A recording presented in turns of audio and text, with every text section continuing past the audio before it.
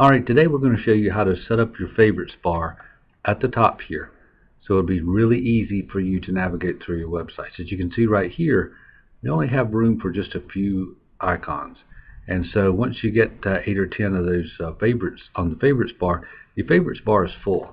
Now you can right click on that and tell it to do title widths and do short titles if you want. That makes it a little bit more easier to fit more things on there. And we can also do icons only. But notice when we do icons only, we have to kind of know what that is. And even then, we're still limited to a finite number of favorites that we want to put on here. So what we're going to do today is we're going to show you how to set that up and make it a little bit easier for you to have hundreds and hundreds of bookmarks, but easily find them with an alphabetical list across the top. Now the first thing we want to do is we want to find the location of where these bookmarks are actually stored. And you can do that just by right-clicking and clicking Properties. And when you do, you can see on the General tab, you'll see there is a location there. And we can copy that location.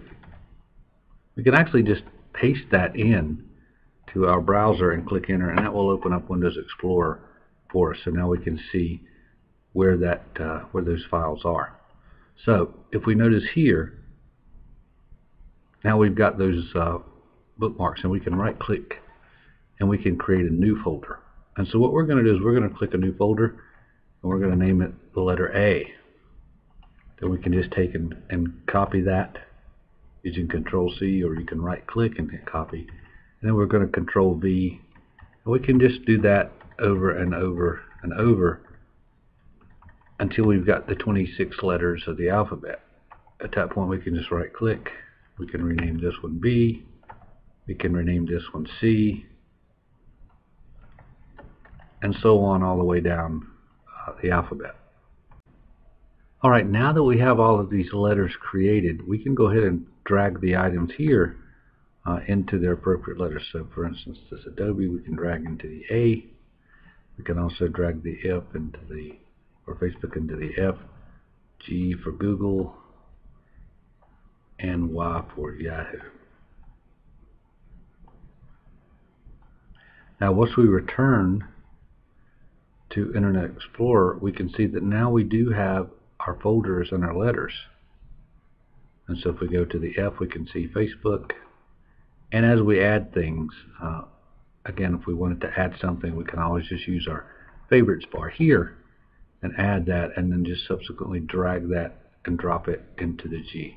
We've already got that Google in there, so we're not going to do that. But you can see how easily it would be to add those. In addition, once you get a few things in there, so you may have 10 or 12 items in your appropriate letter, in those cases you can actually just take and drag this and drop it, and it'll actually open up the folder for you, so you can go in and right click and make new folders. For instance, I might have something in the G for grandmother, maybe some documents for her. And in that case, then I can make that folder and just close that, and it will instantly show up here. So the next thing you want to do is we want to get rid of the folder and the A and really combine that into one letter. So we really want to just kind of make that easy. Now we can right click again and tell it to just show us icons only. Unfortunately, the icon that it will show us is just a folder, so we won't have really any way to know what letter that is. So that's what we're going to change now. We're going to change this back to short titles, and then we're going to go in and we're going to download our icons. Alright, so the next thing to do to get those icons is we're just going to type alphabet icons in the search bar. And you'll see that it does come up and give us a list of the alphabetized. I recommend that you choose the first link. If you just choose the first link, then you see you get a lot of choices of the type of icons that you would want to download. Again, you can certainly do any of these, but what I find works the best are the circles they're a lot easier to see. As you can see up the top, they're going to be very small, so you want them to be easy to see. In our case, we're going to use the red ones. So we're just going to click here, and then we can see the icons down below. Now again, what we're going to do is we're going to actually download the ICO. You can see there are a couple of different types, but we're going to download the ICO folder. Now, when we click that, at the bottom it asks you, do you want to save or open them? And really what you want to do is save. You want to save it at a certain spot, but if you just click save, it's going to put it in your downloads folder. And that's completely fine if you want it to, but that's what it's going to look like once you get it and open it. And so we can do that over and over, but what I would recommend is just click the ICO button for each one, and then we'll go down to the bottom and we'll click the save button once for each letter.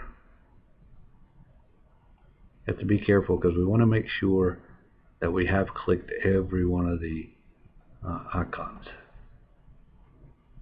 If you miss one, you can come back, but we want to try to go ahead and make sure that we click them all.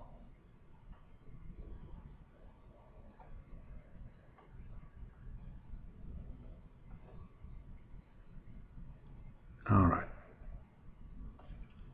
I'm going to download this one, asterisk. Okay, now we're going to just click save, and again we're going to click save for each letter. And you can notice the letters right here will change each time we click save, going backwards all the way to the letter B.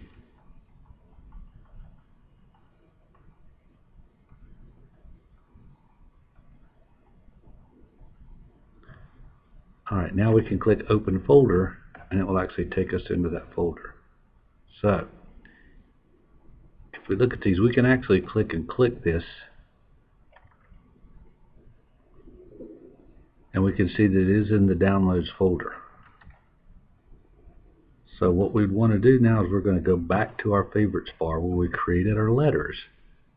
We're going to just simply right click, we're going to click properties, and we're going to click customize up the top here, and then we're going to click change icon. And from there we're going to click browse, and we would go to our downloads folder, and we'll see our letter. We'll double click that, click OK, and apply, and then we can see that the letter's there. And again, we would want to repeat that each time by right clicking, clicking properties again, customize it, change the icon, browse, and choose the next letter, OK, and apply, and you can see that now we've got A and B. So if we go back to Internet Explorer, and oftentimes we need to restart Internet Explorer to get it to reflect the changes, but you can see we've already got the A and the B. Again, once you get those letters all the way across, we're going to right click here, and we're going to tell it to just show us icons only. And so now we've got icons only without the letters, or excuse me, without the folders. So again, you'll want to do that after you've changed all of these to the appropriate icons with the letter instead of the folder. Alright, now we do have all of our letters up here, and again, it's very easy just to click the little star there and add something to your bar. And then as you have time, you can take and just drag this and drop it in the letter that you need to drop it in. For G for Google, for instance.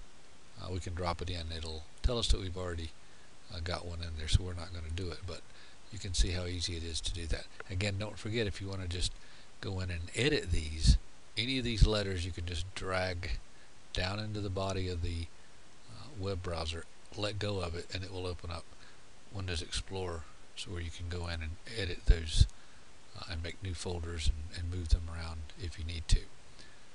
Once you're done there, then we can quickly go to Firefox or any of the other browsers and import them. Now again, most of you may have your browser may look like this when you first go into Firefox. If so, you want to right click in the section up here and just say that I do want to see the menu bar, and then right click and say I do want to see the bookmarks toolbar. You see the bookmarks toolbar is blank, and so what we're going to do is we're going to click bookmarks, we're going to click show all bookmarks, and then we're going to import using the import and backup up top. And we're going to import from another browser, that browser being Internet Explorer, and we'll click next.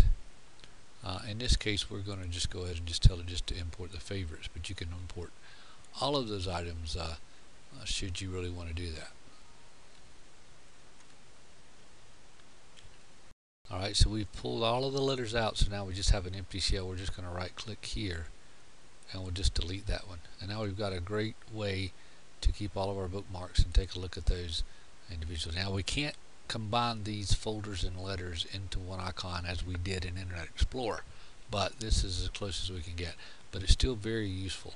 And again, remember, I would primarily use the Internet Explorer for my additions, and then after a time period you might want to go in again and delete the Firefox ones and re-import them just by clicking delete and repeating the steps again.